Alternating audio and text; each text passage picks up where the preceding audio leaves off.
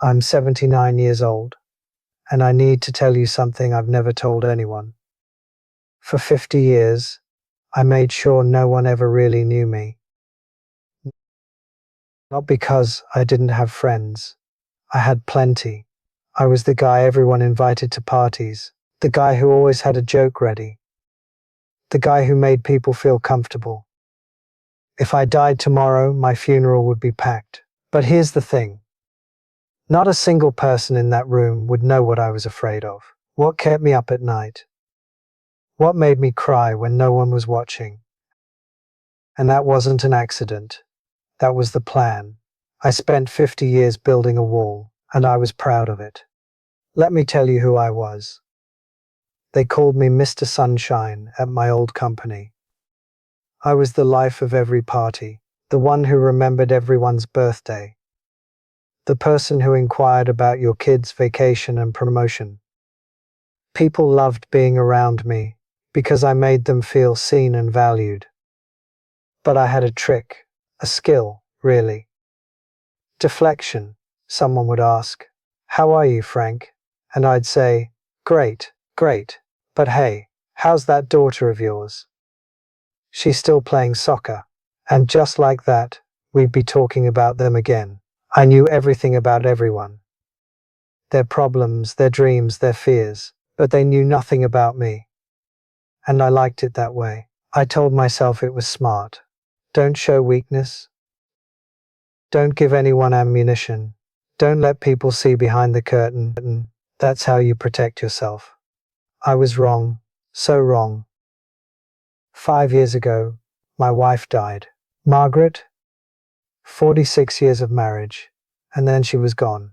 Pneumonia, it happened fast, too fast. The funeral was everything you'd expect. 200 people, maybe more, standing room only. People flew in from out of state. My boss from 20 years ago showed up. Neighbors, old colleagues, golf buddies, everyone. And they all said the same thing. "Frank, if you need anything, call me, anything at all." I nodded. I smiled. I thanked them. Mr. Sunshine, even at his wife's funeral. Then everyone left, and I sat in my kitchen, alone, staring at a coffee cup that still had her lipstick on the rim. She always drank from the same cup, the blue one with the chipped handle. I don't know why I remember that, but I do. 46 years of marriage. You'd think she knew everything about me. She knew me better than anyone. And she didn't really know me either. That's how high I built the wall. I picked up my phone, scrolled through my contacts, hundreds of names, and I realized I didn't know who to call. Not because no one would answer, because I didn't know how to ask for help. I'd spent 50 years teaching everyone that I didn't need anything, that I was always fine, always strong, always okay. And they believed me. That night, I understood something that broke me. I wasn't a victim of loneliness. I was its architect. Every time I deflected a question, every time I changed the subject, every time I said I'm fine when I wasn't, I was laying another brick in the wall. And now the wall was so high I couldn't see over it, and neither could anyone else. I thought I was protecting myself, but I was building a prison. I learned this from my father. He never said it out loud, but he taught me anyway. Dad was what they used to call strong and silent. I never saw him cry. Not once. Not when his own mother died. Not when he lost his job. Not ever. When Mum passed, I was 23. At the funeral, I started to cry. Dad put his hand on my shoulder and said, "Not here, not in front of people." So I stopped, and I never really started again. Dad didn't hug, he shook hands, even with his own sons. I remember wanting him to hold me when I was scared as a kid, but I learned not to ask. Because asking meant weakness, and weakness meant, I don't know, something bad. I carried that into my whole life. Be liked, be helpful, be charming, but never ever let them see you bleed. There was a man named Eddie. We worked together for 15 years. Good guy, quiet, not like me at all. Eddie used to invite me to go fishing with him. Not the kind with a group of guys, beer and loud stories. Just the two of us. A small boat on a lake. Quiet. I always said no.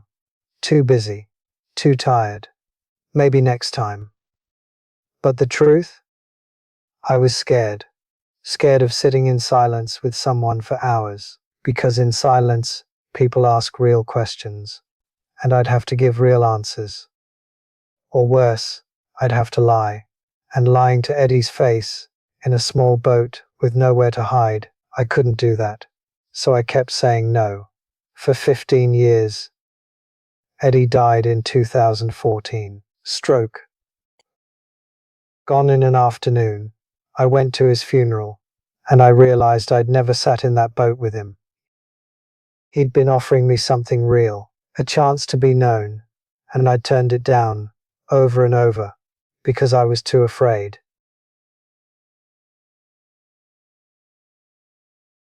My son is 47 now. Good job, nice family. And I watch him, and I see myself.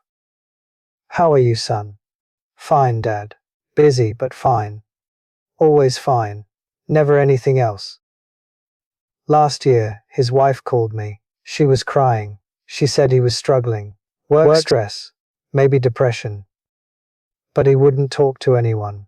Wouldn't admit anything was wrong. Just kept saying he was fine. And I realized, I taught him this. Not with words, with my life. He watched me for 40 years and learned exactly what I learned from my father. Hide, deflect, never let them see. 3 generations of men who don't know how to say, I'm not okay.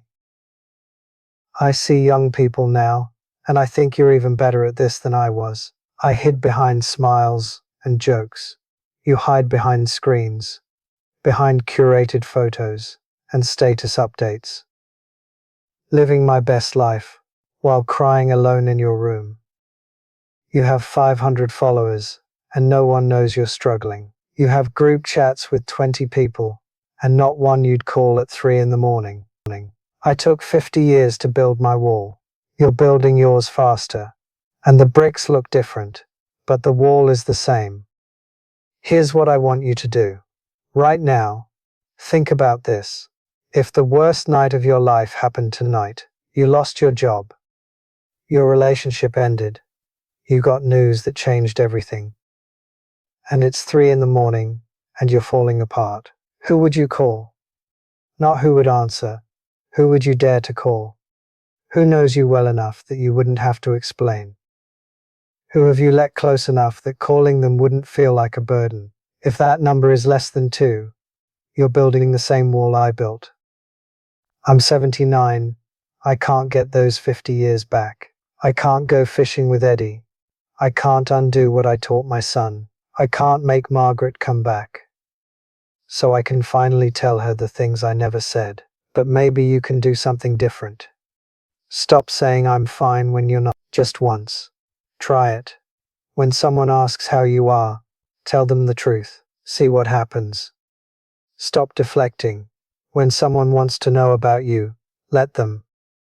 It feels dangerous. It's not. Let one person in. Just one. Not everyone. One person whom you trust enough to show the parts you've been hiding. You don't have to tear down the whole wall. Just remove one brick. See what happens when the light gets through. I'm 79 years old. I spent 50 years being everyone's friend and no one's. I was the man everyone liked and nobody knew. And I did it on purpose because I thought that was a strength. It wasn't strength. It was fear dressed up as strength. And it cost me everything that actually matters. You're still young enough to choose differently. You still have time to let people in before it's too late. So I'm asking you, are you building walls or building bridges? And are you brave enough to let just one person see who you really are? If this resonates with you, share it with someone else who's hiding behind their smile. Please, subscribe. I'm 79. I have more walls to confess, and not much time left to confess them.